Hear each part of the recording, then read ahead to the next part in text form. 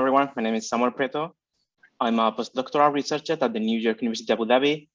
And yeah, today I'm going to present AutoCIS, an automated construction system for quality inspection of buildings. So during this presentation, we will mainly tackle 4 different parts.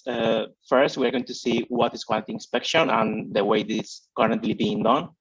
Then we will explore the reasons on why we should automate it. The bulk of the presentation is going to be dedicated to see how we plan to do it in our approach. And finally, we will summarize with some conclusions. So yeah, first, let's see what is quality inspection. So whenever a building is being constructed, there are a few pointers that need to be tracked down throughout the life cycle of the construction process.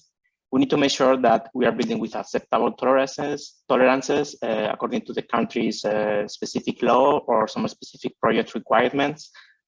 We also need to keep an eye on different amount of defects that may appear during the construction, such as cracks, hollowness, or alignment errors, such as lack of evenness. And typically, this process is carried out by doing a visual inspection, taking photographs, and using different measuring tools to identify deficiencies for further comparison with the BIM model. The acquired data must be analyzed by different specialists, such as civil, electrical, and mechanical engineers, looking for defects or substandard installations that do not meet the project requirements. So now, having said that, and knowing that it is already a working approach, why should we change the way we do it and why should we automate it? Like we were mentioning, most of this quality assessment relies on the human factor in one way or another, starting from the data acquisition. This usually entails a different number of issues. Since we are relying on the human factor, there is a high chance that inconsistencies between different and consecutive reports appear. As we mentioned, in some of these inspections rely on visual inspection, and the inspector can be susceptible to a different amount of external factors, such as fatigue, tiredness, or different headspace, depending on the day, headspace.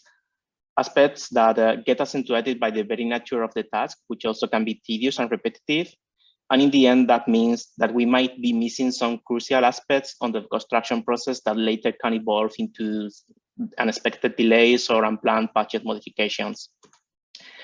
So, however, if we add a level of automation in the process from the very beginning stages of the process, just such as the data acquisition, to the data processing and evaluation of it, then we get rid of the disadvantages mentioned before, and we end up with an autonomous robotic system, which is always going to be, going to have the same performance, and therefore produces consistent and efficient reports. The information is coming from different multiple sensors on board the robotic system, which is going to allow for a more precise and complete data overall. And the process is wrapped up by generating a single comprehensive report that does not require the detailed examination from multiple experts. So, looks really good on paper, but how do we plan to achieve that? Our proposed system is mainly composed of 3 agents. The first part is a master unmanned ground vehicle equipped with this master UGV is equipped with a long-range 3D scanner and a powerful computer on board, which allows to do real-time processing of the collected data. It is going to be responsible for allocating tasks between the different components of the system and merging all the available data in order to generate an integrated complete point cloud. The second agent is going to be a slave UGV, which is going to be responsible for creating a local 3D map of the current environment, navigating through to more specific coordinates where more data needs to be collected, interacting with the physical world, such as turning valves, flipping levers, opening doors, or interacting with elevators. And in order to do so, it's also equipped with a 6 degrees of freedom robot arm and a high-resolution double spectrum camera that is going to allow us to gather both thermal and visible information. And finally, we have the command station, which is going to be a fixed computer on-site or off-site. It consists of a server and is responsible for collecting data from the UGVs and displaying it in a user-friendly way. It also serves as the main interface between the human operators and the UGVs, allowing the operator to give high-level commands, such as setting the frequency of the inspections. And now that the system is described, let's go into detail about the methodology. This is the overall flowchart of the approach that we are presenting. Right now it looks a bit overwhelming, but we will break it down and explore all the details. There are basically three main distinctive paths in the methodology. The data acquisition for the master UGB, the data acquisition for the slave UGB, and all the data processing that is happening both in real time and offline. So let's get into detail into each one of the stages. The whole process is going to start with the beam model as an input.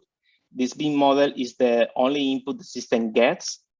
After that, from the model, analyzing the different elements inside, we are automatically extracting some of the different floor plans in a readable format, adding useful information for the robot navigation, such as openings and the type of those openings.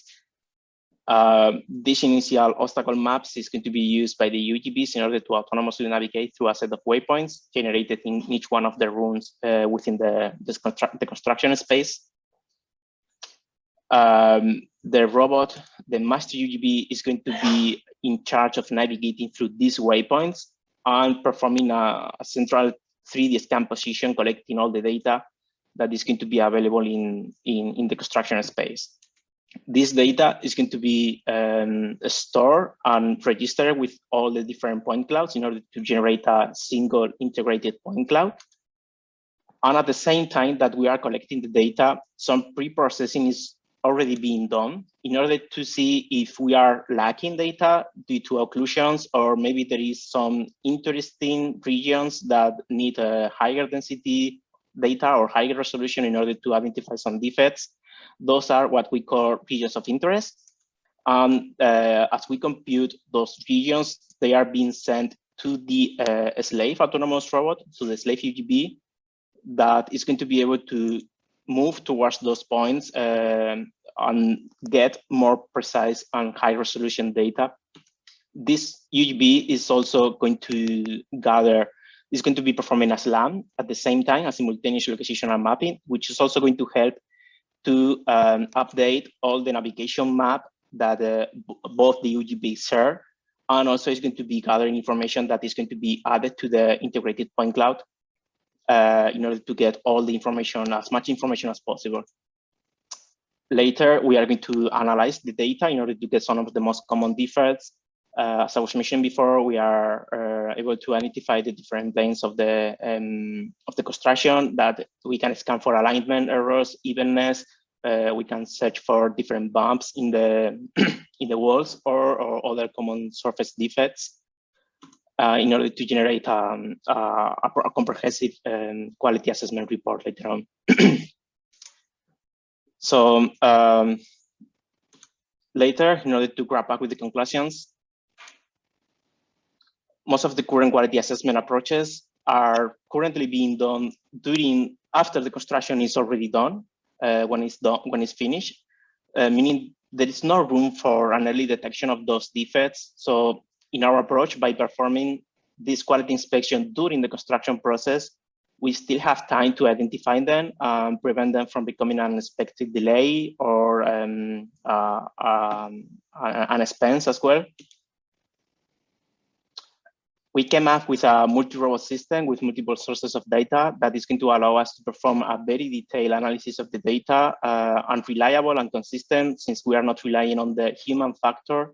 All the data in all the different inspections is going to be the same, and we can trust on that. And currently, we are on the early stages of the project, so work needs to be done. We are currently working on scaling up the proposed approach and start the experimentation in a couple ongoing construction projects. And this is going to help us finalize the methodology to test all our algorithms and come up with a useful report that is going to be used in the industry and appreciated by the professionals. So that was everything on my side. Thank you so much. And if you have any questions, I'll be happy to answer. Thank you, Dr. Samuel, for the excellent presentation.